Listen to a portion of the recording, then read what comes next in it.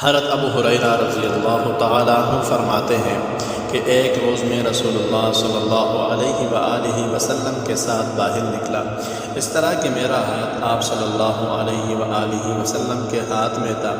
آپ صلی اللہ علیہ وآلہ وسلم کا گزر ایک ایسے شخص پر ہوا جو بہت شکستہ حال اور پریشان تھا۔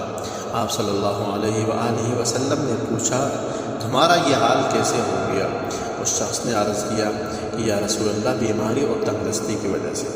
رسول اللہ صلی اللہ علیہ وآلہ وسلم نے فرمایا، میں تمہیں ایسے کلمات بتاتا ہوں، اگر تم وہ پڑھو گے تو تمہاری بیماری اور تنگدستی جاتی رہے گی۔ چنانچہ وہ کچھ عرصے کے بعد پھر آپ صلی اللہ علیہ وآلہ وسلم اس طرف تشریف لے کے گئے تو اس کو اچھے حال میں پایا۔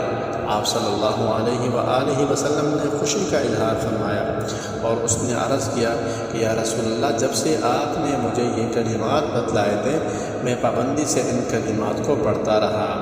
اللہ نے ان کلمات کی بدولت میری وہ بیماری اور تنگدستی ختم فرما دی۔ وہ کلمات مذکورہ یہ ہے: توکلت علی الحی الذی لا يموت، الحمد للہ الذی لم يتخذ ولدا ولم يكن له شریک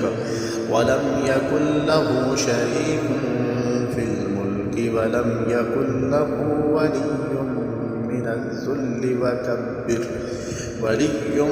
من الذل وكبره تکبیرا۔